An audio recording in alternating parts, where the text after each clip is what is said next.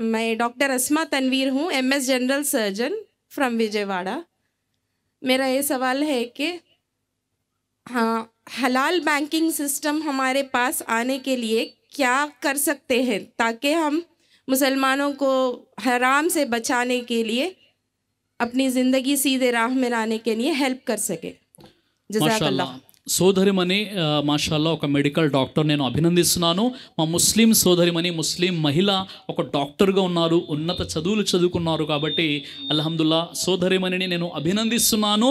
చాలామంది ముస్లిం సోదరిమణులు చదువుకోవాలి, పైకి రావాలి, మంచి మంచి ప్రొఫెషన్లో వాళ్ళు ఉండాలని నేను అల్లాతో దువా చేస్తున్నాను.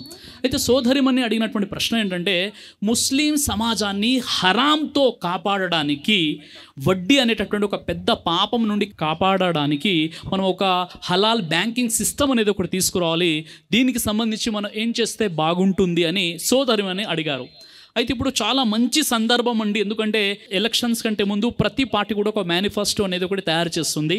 అందుకే నేను చెప్పాను, మన నాయకులకు ఆ బుద్ధి ఉండాలి, మన నాయకులకు ఆ చైతన్యం ఉండాలి. ఈరోజు ఎన్నికల ప్రచారాలు జరుగుతున్నాయో ముస్లింలలో ఉన్నటువంటి ఉలమాలు, ముస్లింలో ఉన్నటువంటి ఇంటలెక్చువల్స్ ఎవరైతే ఉన్నారో, విద్యావంతులు ఎవరైతే ఉన్నారో, వారంతా కూడా ఒక సంఘటితంగా ఐక్యతగా ఏర్పడి ఆ పార్టీల దగ్గరికి వెళ్ళి, ఆ యొక్క లీడర్స్ దగ్గరికి వెళ్ళి, ఉదాహరణకి జగన్ గారి దగ్గరికి వెళ్ళాలి, చంద్రబాబు నాయుడు గారి దగ్గరికి వెళ్ళాలి, పవన్ కళ్యాణ్ గారి దగ్గరికి వెళ్ళి సార్ మేము మిమ్మల్ని గెలిపించాలంటే మా ఇస్లాం ధర్మంలో వడ్డీ అనేది చాలా పెద్ద హరాం, కాబట్టి మీరు మాకు హలాల్ ఇస్లామిక్ బ్యాంకింగ్ సిస్టమ్ ఒకటి తీసుకురావాలని మనం వారి ముందు ప్రతిపాదన పెట్టాలి.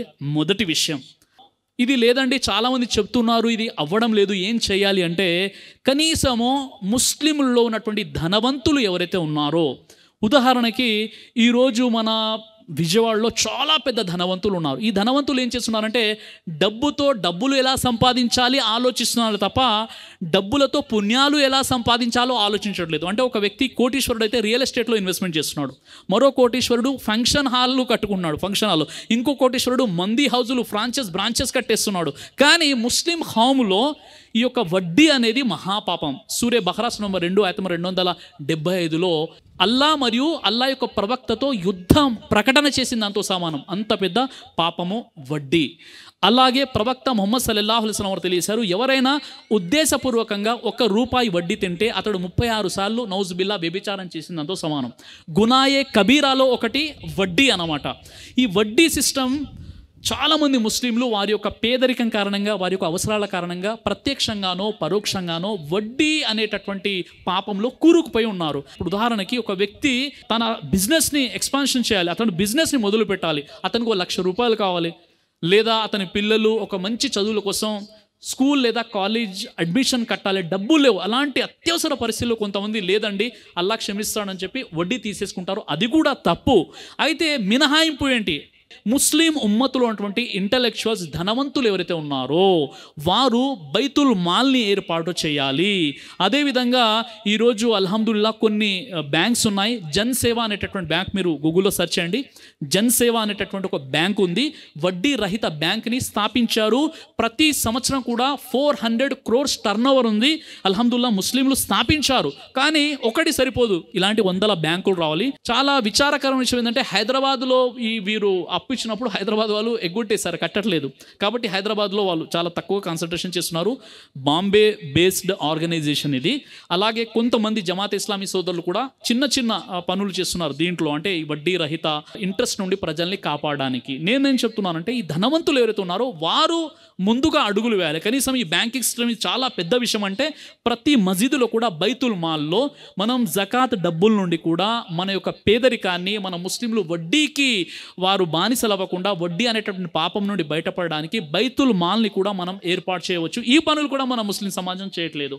ఎందుకంటే ఈరోజు జకాత్ యొక్క సిస్టమ్ ఏంటి? ఎవరికైతే మీరు జకాత్ ఇస్తారో వారు మళ్ళీ జకాత్ ఇచ్చే స్థాయికి వెళ్ళిపోవాలి. అలా కాకుండా జకాత్ డబ్బులు ₹1000 ఉంటే ఆ ₹1000 కూడా ఒక్కొక్కరికి ₹100 ఇచ్చేసి, లేదా కొంతమంది ₹1,00,000 జకాత్ని ఆ శారీలు తీసుకొచ్చేసి, ఆ బియ్యం బస్తాలు తీసుకొచ్చేసి అందులో పప్పులు, నూనె, నెయ్యి మొత్తం వేసి అది మొత్తం షో ఆఫ్ చేస్తూ ప్రతి రంజాన్లో కూడా వారి ఇంటి ముందు ఒక పెద్ద బారులు నిలబడినటువంటి ఒక లైన్ ఉంటుంది, అలా పంచుతూ ఉంటారు. ఆ డబ్బులు ఏమైపోతున్నాయంటే ఏమీ లాభం జరగట్లేదు.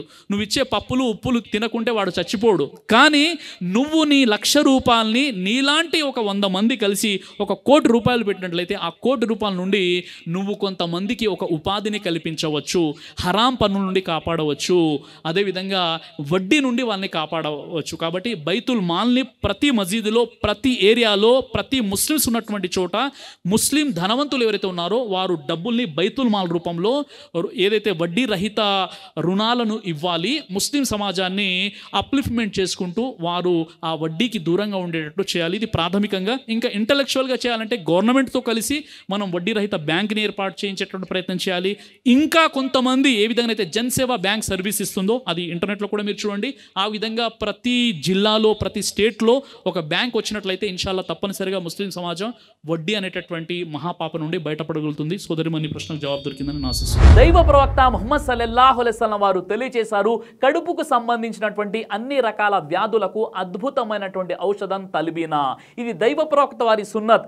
మంచి ఆహారం, ఇమ్యూనిటీ బూస్టర్, ఇందులో షిఫా ఉంది. ఇది మంచి ఔషధంగా కూడా పనిచేస్తుంది. కాబట్టి పిల్లలు అయినా పెద్దలు అయినా ఎవరైనా దీనిని ఉపయోగించవచ్చు. అలాగే ఖురాన్లో దైవం తెలియజేశాడు, తేనెలో మీకు స్వస్థత ఉంది అని. కాబట్టి ఇక్కడ కనిపిస్తున్నటువంటి ఈ నెంబర్స్కి కాల్ చేసి మీరు ఇప్పుడే ఈ ప్రోడక్ట్ని ఆర్డర్ చేసుకోవచ్చు. కొరియర్ ఫెసిలిటీ కూడా ఉంది.